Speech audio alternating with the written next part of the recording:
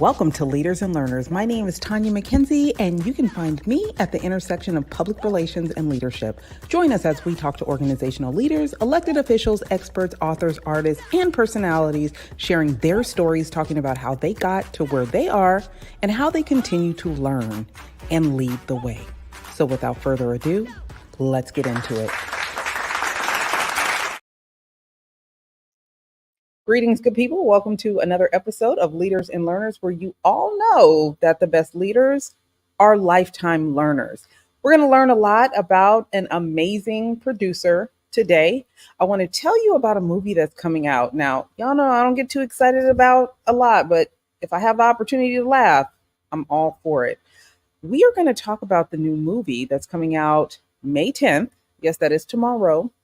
Mother's Day weekend. Please make sure you find a mama, your sister that might be a mama, your mama that needs to laugh, any mama you know, and take them to see Not Another Church Movie. It's a hilarious comedy. It's directed by Mr. James Michael Cummings, and we are going to bring him right in. What you do need to know is this man financed, co-directed, and plays five characters in this upcoming movie. I have no idea how he does it. His cast is phenomenal. And we have the opportunity to chat with him today and see how he's able to pull all this together, all these amazing people together, and bring us the medicine that we need, the medicine we call comedy. Hello, Mr. Cummings. How are you? Very good, Tanya. Thank you for asking. I am thrilled to have you here and have some of your time. I know you're busy. You guys are about to kick off this movie, but I want you to tell the people why this movie and why now. Well, I was the co-director of this movie, but Johnny Mack, he directed this movie, and I had the opportunity to do this with him. I've been doing this for a long time, and when Johnny Mack first brought this screenplay to me, I read it and I thought it was hilarious. And I thought that, wow, if we could make this movie, it could be really funny. Now, I didn't realize at the time that it was going to take such a long time to get made. But that's because the business changed. And in order to make a movie, it had to be a sequel or a pre-existing property or something like that. But see, this movie, it had so much heart and it was so funny and it was so personal to Johnny Mack that I just, felt the need to make this movie, because if there's anything in the world we need to do, it's laugh. Uh yeah, we need laughter, we need entertainment, we need people to take us out of these dark moments that we seem to be having. And I saw the trailer and I'm all in. But what I really want to know is, how did you get this? Talk to us about the cast and how were you able to get these amazing people to buy on? Well, it was really amazing. But the first person who said they would do this movie is Jamie Foxx. Jamie, he let Johnny Mack know that, hey, buddy, you've been here for all these years. You make a movie, I'm going to be there for you. And Jamie let me know that, and it was about putting the cast together. So the next person we went through is Mickey Rourke. Mickey, you know what? That guy is awesome. He got the joke immediately, laughed his ass off. He showed up. He knew all his lines. Vivica Fox, she read it. She's like, I'm in. Tisha Campbell's like, I'm in.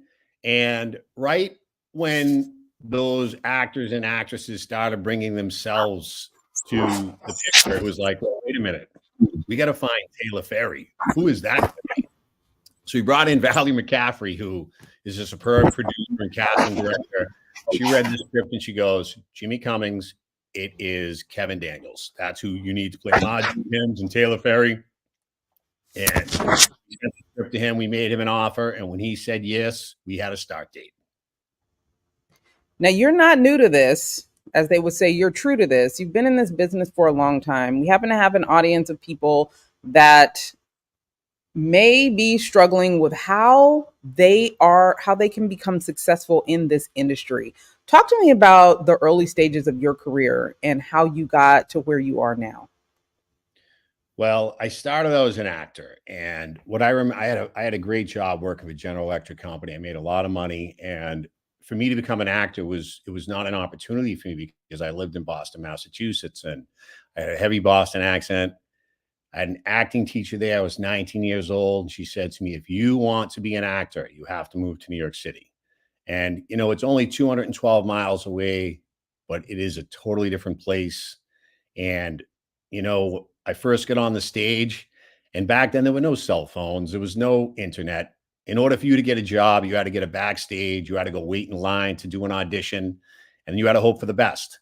So I took my career into my own hands because there was a moment where I thought, they're never going to choose me in these lines. I'm never, ever going to make it. And I looked at Sylvester Stallone's career and I was like, look, he wrote a movie. Maybe I can do that. So like I wrote a movie called Southie and I made it with Donnie Wahlberg, Rose McGowan, Amanda Peet, Lawrence Tanny. And that was my first movie. And, then I put together another movie called The Fighter with Mark Wahlberg. And, I co-starred on the show City on a Hill that was produced by Matt Damon, Ben Affleck, Chuck McLean.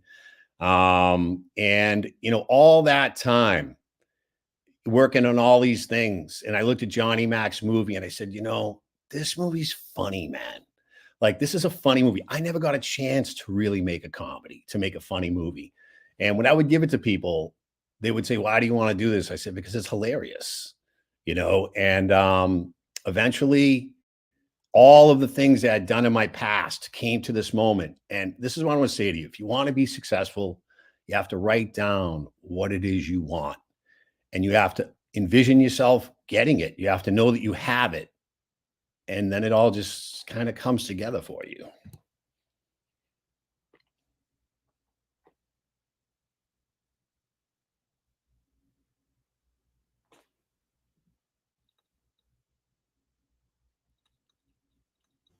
When you worked with Matt and Ben Affleck, was that early in your career?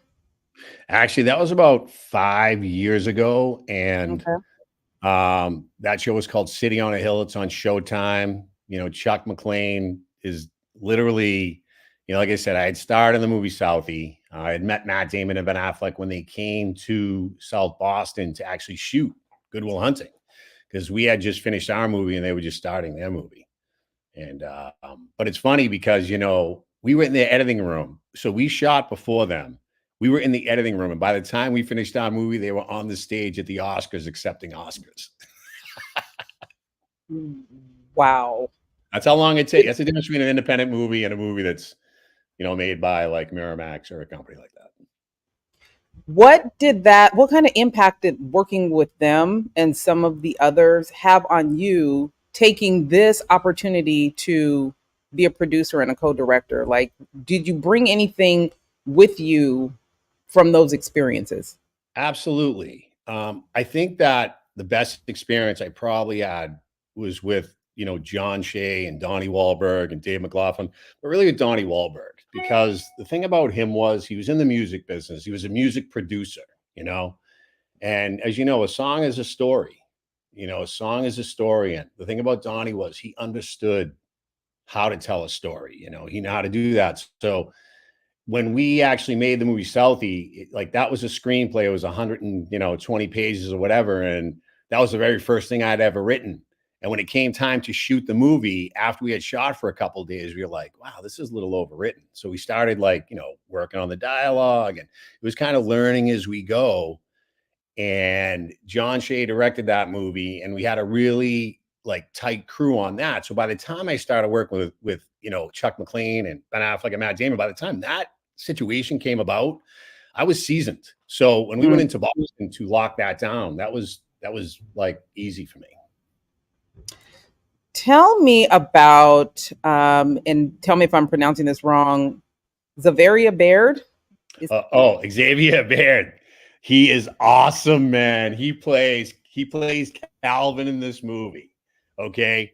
Now talk about somebody who's gonna become a star. Remember that name, Xavier Baird, because that kid, we only had him in one scene. And what happened was we had to cut some scenes out because we were a little over budget.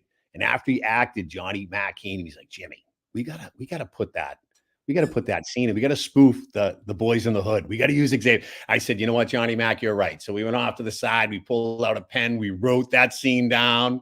We got the cinematographer. We went onto a side street, said, how can we pull this together? And we put that scene together. So when we spoof the Boys in the Hood, know that it's Xavier Baird's talent that made us bring that scene back into the story. Well, let's go ahead and bring him on. Xavier, hi, how are you? Hey, how you doing? Doing all right today? What's up, baby? How you doing, man? That's my guy right there. Yeah, that's my guy too. So let us know, how did you wind up getting involved in this show with this script? Oh, it was truly a blessing. I had my agent reach out to me with an audition, and I was going through a hard time at that time, a transition from moving to a different place, waiting for actually the place I'm living at this moment. Sorry, I was just getting home.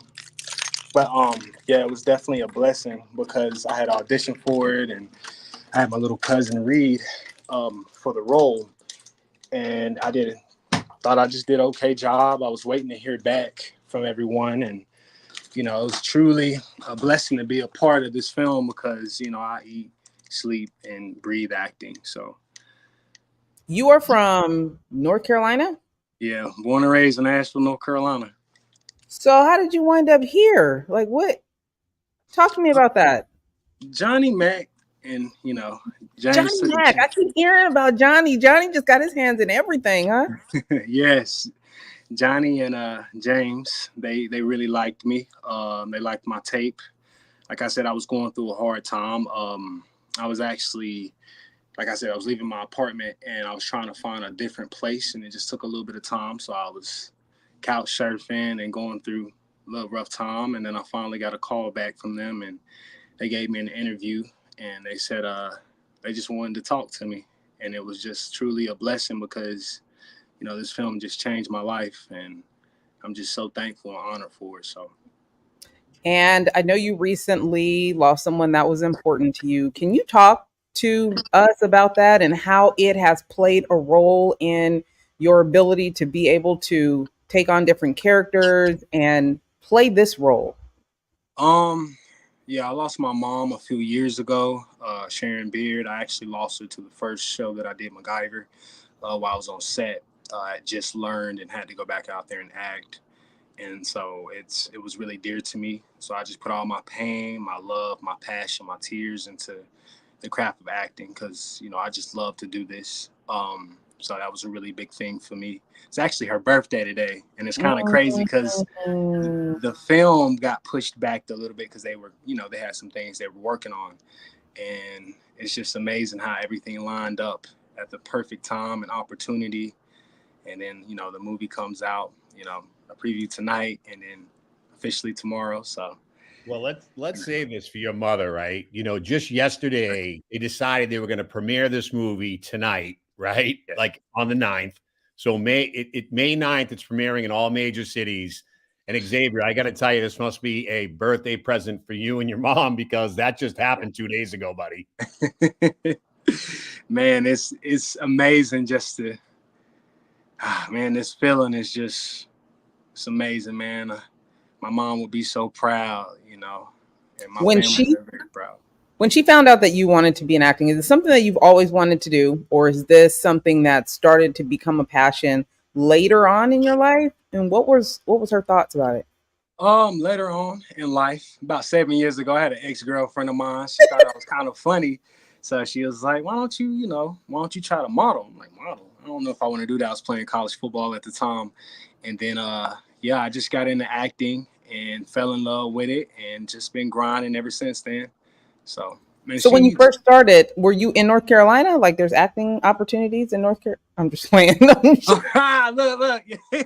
Shades, slight shades, slight shades, slight Yeah, shades. a little bit. I'll take it. Because it looked like that Charlotte on your hat, and I'm a Oh yeah, Warriors fan, yes. so you might get a Oh, little shade. You might get a little oh, shade. little shade. We can take it now. I can take that.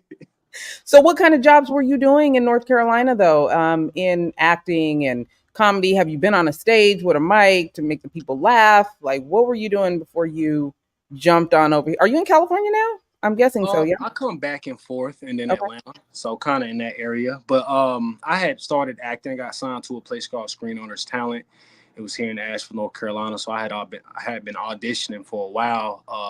This is my first movie, so it's definitely a blessing. I've done so far. MacGyver was my first role. I did that, a show called P Valley, a show called Step Up on Stars, a show called Swaggers, an NBA basketball show with Kevin Durant. And then, from this movie, before then, Atlanta with Donald Glover. So it's just definitely been a blessing. It's been a ride, a journey, and I'm loving every, part of it and every opportunity that comes. So talk to us about this character that you played in the spoof of Boys in the Hood. Okay. Calvin is a guy that's been left back a while. The one guy that's in high school that tries to be cool with all the young kids. He's that guy. So a little lame, but he still finds, comfortability in himself. So it was just a blessing having that line. And thank you so much, James, you and Johnny, for that, man, because it's an iconic line from Boys in the Hood. And, it was just a blessing to be able to see it on screen, man. It really panned out well. So. Listen, man, you were amazing. And, Johnny Mac, like I had said to her earlier, that, once we did that one scene with you, we knew that wasn't enough. And then Johnny Mac said, Jimmy Cummings, man, we got to put this scene in. And I said, you know what, dude, you're right. And you really made it happen. I mean, you and Jade and the other guy, the other gentleman he's in the scenes with, he's another young guy. These two handsome guys, you have no idea. They jump off the screen, man. Yeah. Oh, yeah. It was such fun, and I'm so thankful for that, man. Like, it was hot. I looked like a glazed donut down there. I was sweating so hard. I'm light-skinned, so I can say that. It was 120 degrees that night or something. It was insane. I came home. I saw my grandma, and I came home dark-skinned. I was dark. Listen, James, talk to us really quick about the multitude of characters and personalities that you had to wrangle to make this happen. And how do you get a bunch of talent like that to gel the way that you need to for this project to turn out the way that you envision it turning out? Well, the education that I got came from Benny Richburg Jr., who worked, did the Jamie Foxx show, the Martin show. And, he had explained, like, Benny was like, Jimmy, that Tyler Pherry is becoming a franchise, and, any great franchise, you have to spoof it.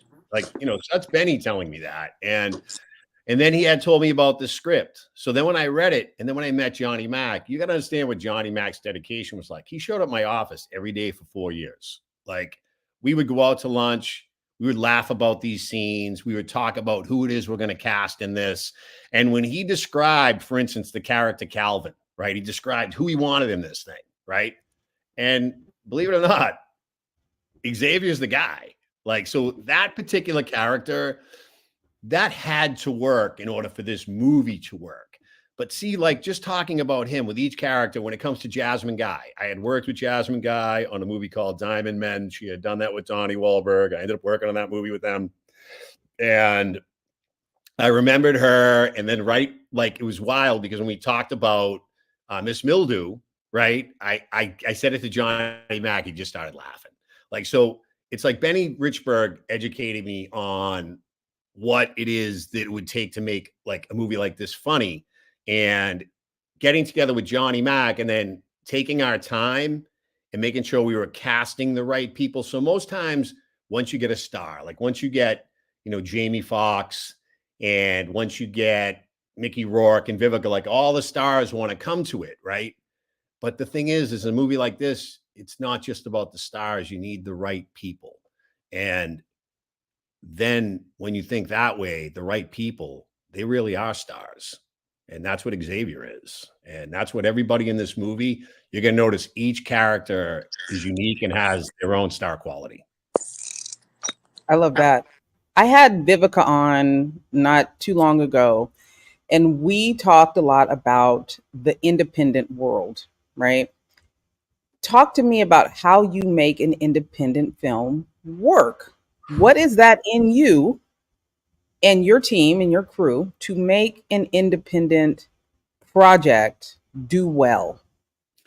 Well, let's look at it like this. You can make the greatest toy in the world, but if you don't have a store to sell that toy, no one's going to get to play with it. So the goal here was, well, let's make sure we can sell the movie before we make it, right? So what we did is we raised the money to sell the movie before we made the movie, because we wanted to know that if we make a great toy, we make a great movie, we can put it in a store where everybody can buy it. So that came to me after years and years of raising the money to make movies and then not being able to make them because I couldn't find the right company to make them with. It's because you got to find out what the companies want before you make them. You got to find out what the people want so you can sell it, so you can meet the need with the want. And I believe that in my lifetime, that's what I learned how to do. Now, Xavier, you said this is your first film. It is independent. Talk to me about that experience. Is it what you expected? Did you enjoy the experience? Talk to us about that. Oh yeah, I loved it. I mean, comedy is a big thing of mine. I mean, naturally, I'm a goofy dude, man. So Yeah, with yeah, I that just hat on. Yeah, with that hat on. oh with his hat. Look, we're gonna keep showing it now. Just to throw a little shade at you. Come on now, Tanya. I'm sorry. I can't help it. Next, I'm you're going to a tell me boy. you like the Panthers, and then we're just going to have to end this. Girl, come. Hey, look, don't get on. We won 2 games last year, and that's it. Just we're not gonna talk about that. We're gonna keep that one on the hush, Tanya. Good job. But Oh, no, but no. I mean, the experience was amazing. It's just like for me, it's about playing, going on set, being able to play, just fill the room, and just having fun. So, I mean, I think that was the best experience for me, just going up there, meeting these people, and just working with them. I mean, especially with Kyla Pratt, that was pretty cool to work with her. I've been watching her since I was younger, so she hasn't okay. Now aged one bit. I'm getting your business a little bit. So your ex-girlfriend told you you're pretty, you need to go model, and you became an actor. Did you thank her? Like, where's she at? oh, oh yeah, I thanked her. It was definitely a blessing that she even just thought about that about me. So it was just really cool to learn that, and I just got into it. And like I said, it's just a huge passion of mine. I just eat and sleep this. So. Man, I'm thrilled to have you guys here. I can't wait to see the movie, the whole thing, not just a bunch of trailers put together. Super excited. What do you want the people to take away from this movie, each of you? Because you both play a different role in this. So, James, what do you want the people to take away from this? And then Xavier.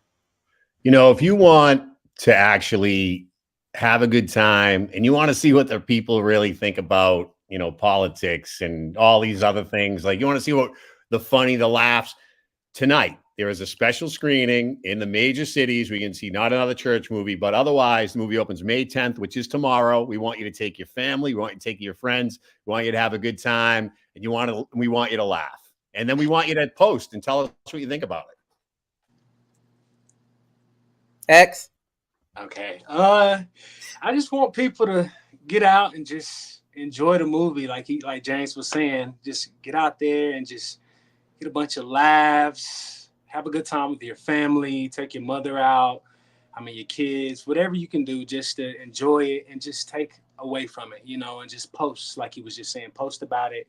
I mean, where I'm from, I have a lot of people that's gonna go see it, so it's this city is actually turned up to see it. And just a great opportunity for people to see something funny and creative, and just man, just all the actors that went in and did their job. And some sets you get on, people can be a little self-centered, so it was just cool being on this set because you watched everyone and they loved each other and they cared for one another, the actors and stuff. So man, I just hope that they go see it and just talk about it and just blow it up. That's the big thing. So Hey, with this movie being your first, what are you taking from this to keep you pushing forward with your career? just to keep grinding. The big thing is for me, it's about doing the work actually. That's the best feeling for me. Just getting up there and being able to work with these people. But as far as taking everything from that, just comfortability in working in comedy. Just being on a comedy set is completely different than a set that's dramatic. So it's just dope. Just taking that free space and being able to create and play. And at the end of the day, you just go up there and you own your work. Your creative side. So just digging deeper into that and staying in class and just staying ready. I hate to put you on the spot, but what did you learn from James? Because he has a pretty extensive career, and I want to know what you got from working with him. Have fun, enjoy yourself. Great guy. Just being able to work hard and be free in your work. That's what I got from him. And just all these red carpets that we did. The love and everyone getting along with each other. I mean, that was beautiful for me. So just being able to take that and him taking a chance on me when I first got there. He told me I did a good job and the audition. So just taking that love and that freeness and being able to play, and pray we can just make even more films and everything. So Well, a little less funny. We are a part of a club that no one wants to be a part of, and that is not having your mom for Mother's Day. What are you going to be doing on Mother's Day this year? probably I'm going to church. I think that's the big thing for me. Just being able to see everyone else's love with their mom, that brings me joy. Because sometimes I'm by myself. Ever since she's been gone, that was my best friend. That was everything to me. So she raised me the best way she could. Unfortunately, she was on drugs, and it just kept going and pushing. And I just pray that everybody can go out and see this movie. I mean, that'll make it 10 times better. But I'm gonna go see the movie again Sunday, and just reminisce in his love. And man, I love that. What about you, James? What are you doing on Mother's Day? Who are you celebrating? Too. Probably going to church too. Xavier, your mother's here with you right now. You know what I mean? And I remember someone had told me that no one ever dies, man. They just move into the other room, And on that day, everyone is gonna be watching this movie and we're gonna have a good time. And you know what? I want to say, buddy, that working with you was a great experience, and no one would ever know that was your first time. And you know, it's such an experience to work with somebody and to see them make something of something. And that's what you did for us. And you made that part special. You made this movie special. And your mom's going to see that. thank you, James. I mean, it's amazing, man. It's a dream come true. So I'm just looking for many more opportunities and just to keep working and enjoy this time, man. It was dope. And we had a great time in Hollywood. Yeah, buddy. Sounds like an inside joke. I guess I don't get that one. Well, let me tell you what happened. We sent out 20 invitations in LA and we got 680 RSVPs.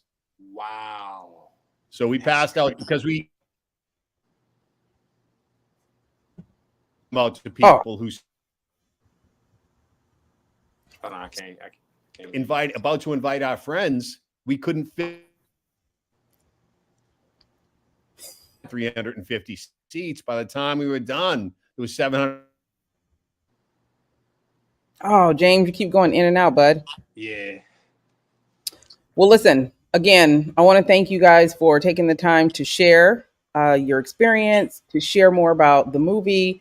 Let's go ahead and get people more excited about it, send people out, and continue to support both of you through your careers, because greatness never ends, and I am so looking forward to what's next from each of you. So again, thank you so much for being here, and good luck with everything. Keep in touch. Once you guys have been on our platform, Leaders and Learners, we are always a fan. We are family. We will support you. Just keep us posted on what you got going on. Perfect. I can do that. Thank you. Hey, thanks for showing up to the podcast where we all know that the best leaders are lifetime learners. When you get a sec, take a moment, leave a comment. What you think about today's episode, and share it with someone that you know could use the gems that were dropped today. Follow and subscribe. You don't want to miss who's coming up next. You never know who could show up here and what they could say. For your professional needs, marketing, PR, communications, and leadership, make sure you follow us on all social media platforms at Sand and Shores, or hit us up at sandandshores.com. Again, thanks so much for showing up. We appreciate you, and we'll see you soon.